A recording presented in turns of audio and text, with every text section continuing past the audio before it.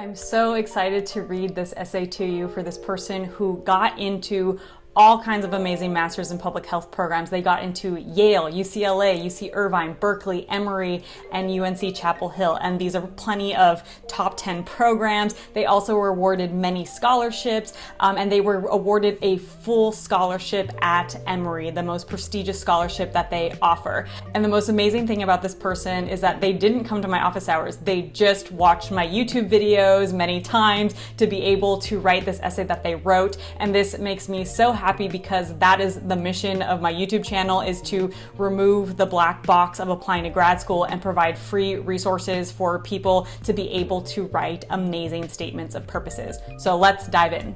I was 6 years old when I first witnessed my brother's body contorting during a seizure. The electrical storms in his brain were relentless due to his epilepsy caused by a lack of oxygen during birth.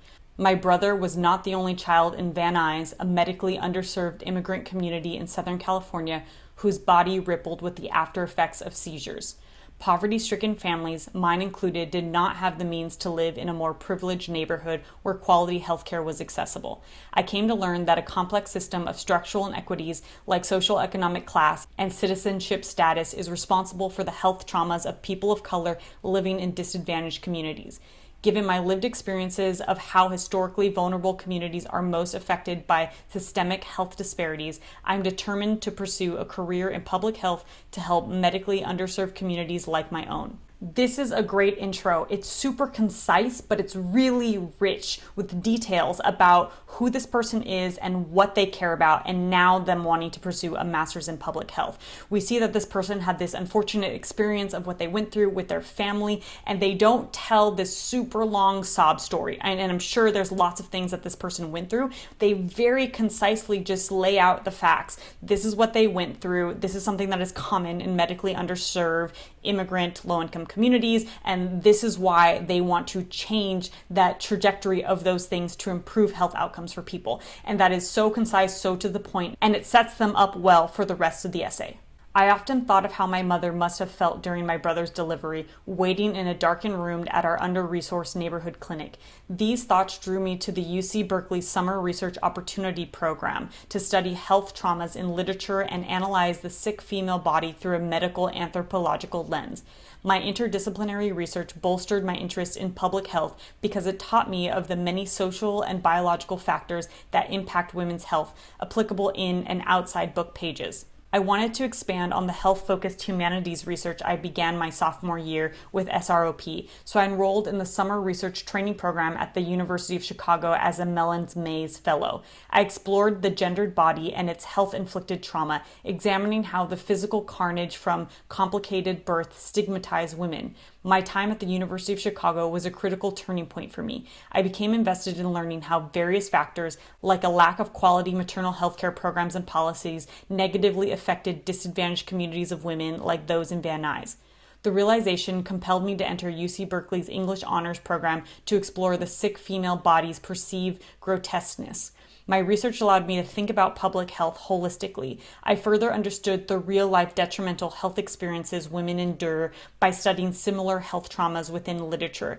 By the time I graduated, I was ready to engage in applied experience and provide young mothers with maternal health care support so they would not endure the same medical struggles as my mom. So in these two paragraphs, we see this person's story building about how they think about maternal health care and that they've had these research experiences and that a lot of their work really is on the medical anthropological lens, looking at how bodies are perceived and how they're come to be understood in literature, which is a really interesting perspective to bring into public health, because oftentimes in public health, we're thinking about programs and we're not looking at how do these things show up in literature and in narrative. So automatically this person is standing out to me, that they bring a different lens, that they bring a unique perspective into how they look at public health. And that's something really awesome when you come from a different background, like this person's background in English and literature. And people oftentimes feel a little nervous when they don't have a public health background and they're applying to a master's in public health program.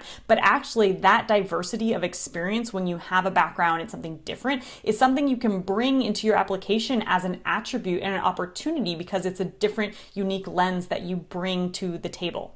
I began an internship with Blank, a nonprofit that empowers and supports low-income teenage mothers of color.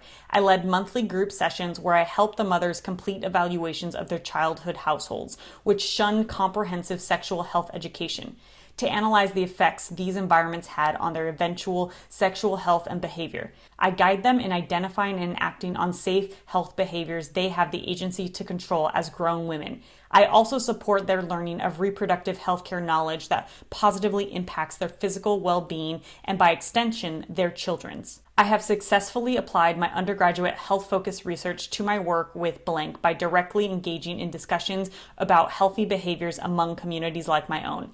I have also connected those mothers' lived and intersectional experiences to other social determinants that affect their overall health. For example, in addition to having gendered and sexual health experiences, they also face food insecurity. Hearing their stories and struggles motivated me to learn more about what I can do about food insecurity in this community. So in this paragraph, we continue to see their journey through public health and the way they come to understand public health. And here we see a shift from, kind of studying from afar through literature, through books, into being on the ground and working with people. And what's really awesome is we're seeing this is how this person thinks. And that's something you want to bring into your essays, is show us, how do you think about these issues? Tell us what your lens is, what your perspective is. And here we see that this person really cares about the intersection of many different issues like food insecurity. And we also see that this is a transition into other work that they're about to talk about. I joined Blank, a national nonprofit that focuses on ending college student hunger to promote community programs that address food insecurity among low-income student mothers. Under the mentorship of the CEO, I met with campus leaders weekly, coaching them on how to access food security programs within their campuses and communities. I gradually developed close relationships with single Black and Latina student mothers living in low-income neighborhoods. They tell me their stories about the way their bellies roll with so much hunger that it is nearly impossible to study, how they do not qualify for SNAP food benefits because they do not meet the employment requirements, and how they cannot maintain a steady job because they cannot afford a long-term babysitter. Consequently, the mother's health suffers alongside their babies because they do not have reliable access to nourishing meals. I understand that positive health behaviors are not enough to change the health outcomes of marginalized student mothers if they also struggle with greater structural barriers. Again, this person is demonstrating that they really understand many facets of public health and how those facets come together. They're continuing with that thread that they are passionate about maternal health, and that maternal health is not just, pregnancy. It's not just that. It's also like the health and well-being of the mothers and being able to care for their children. And how are they able to do that if they're also struggling with work and finding babysitters and trying to do school and all that kind of stuff. So in this paragraph, I really see that this person has kind of a firsthand understanding of the multi-layers of this issue. And this is something that I often see as a problem when I'm reading particularly MPH SOPs, is oftentimes people are describing issues in a way that is very at the surface level. And this is a great example of going deeper beyond the surface level and looking at some of the structural barriers to good health outcomes. Understanding that disenfranchised communities of students of color endure health inequities the most because of structural barriers motivated me to start Blank's first racial justice, equity, and inclusion initiative. The RGEI initiative challenges inequitable systems by bringing together an online community of diverse university leaders and advocates who leverage their life experiences and expertise to disrupt these systems at the campus level and beyond. Through the initiative, I also employ customer relationship management technologies to interpret large-scale campus service data to evaluate food security programs, RGAI frameworks. My descriptive campus research allows me to implement customized solutions to optimize campus food security programs and guarantee they apply inclusive and equitable practices. The collective work of the RJEI initiative enacts anti-racist institutional campus change to ensure we are accountable to the disenfranchised communities of student mothers we serve. My work with diverse mothers and their children at blank and blank has taught me about the complex web of societal factors that plays a role in determining a family's health outcome. My experiences have also shown me that I can be part of the solution to health inequities with the right training. My desire to positively impact communities' health is why I am choosing the Department of Behavioral, Social, and Health Education Sciences at the Rollins School of Public Health. I see the department as the ideal first step to learning a multidisciplinary approach to study how community and societal factors contribute to health disparities. In this paragraph, we see an excellent demonstration of this person's leadership. Nowhere in this paragraph do they say, I'm a leader at my campus university. They don't need to say that. What happens is they tell us a story. They give us an example of showing that they are a leader. You come to that conclusion by the end of this paragraph. This person saw a need and they wanted to create a solution and they went and did it. They started this initiative at their university, and it's such an awesome example of being able to bring together the things that they deeply care about and to find solutions. And what's really awesome is they're really demonstrating a racial justice framework in their approach to how they do this work. And that's something that's becoming more and more important in public health as the field has moved to demonstrating that that racism is a public health crisis. If you see across many cities over the past year, they've passed resolution that racism is a public health crisis, and it's something that a lot of public health focuses on. And so it's showing that they are a part of that movement and that they're at the forefront of what's happening in public health right now.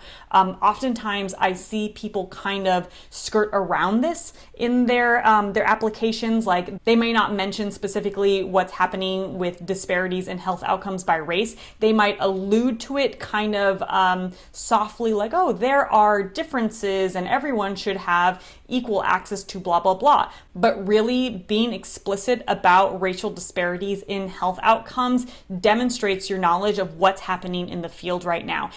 I specifically feel an urgency to study maternal and child health and learn how to improve the health of mothers and families through changes in behavior and social conditions. The Maternal and Child Health Center of Excellence is perfectly positioned to help with this goal, given its Maternal and Child Health Certificate program. I aim to enroll in the certificate program and obtain the skills necessary to grow as an MCH practitioner who develops and promotes healthcare programs that reduce health disparities among women and children. My commitment to MCH study also aligns well with my research interests in reproductive health, initially developed through my undergraduate research and further strengthened by my work with blank. I look forward to engaging with the Center for Reproductive Health Research in the Southeast, RISE, to learn how to improve reproductive health access in the region. I'm confident my intended work with the Maternal and Child Health Center of Excellence and RISE will prepare me to advance policies and programs aimed at bettering the health of women and their family. Given my research interest in maternal and child health, I look forward to working alongside the RISE director, Dr. Whitney Rice.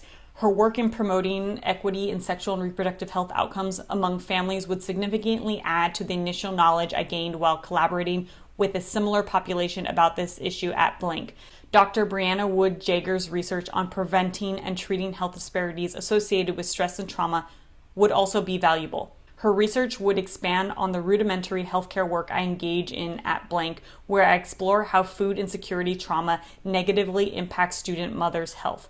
Finally, I look forward to learning more about Dr. Amy Webb Gerard's research on the intersection between nutrition and maternal health in the Department of Global Health and further studying structural and social determinants of health through a nutrition lens. Ultimately, the wealth of knowledge of the student and faculty community at BSHES will provide me with a health equity framework applicable to my intended post-graduation work. I will collaborate with diverse communities as a health department project director to implement equitable MCH programs to improve the health of maternal and child populations. Communities of color continue to reel from a global pandemic that has disproportionately affected them while also protesting against anti-Black racism. Thus, it is vital to practice a multifaceted approach to the public health field and address institutional health disparities.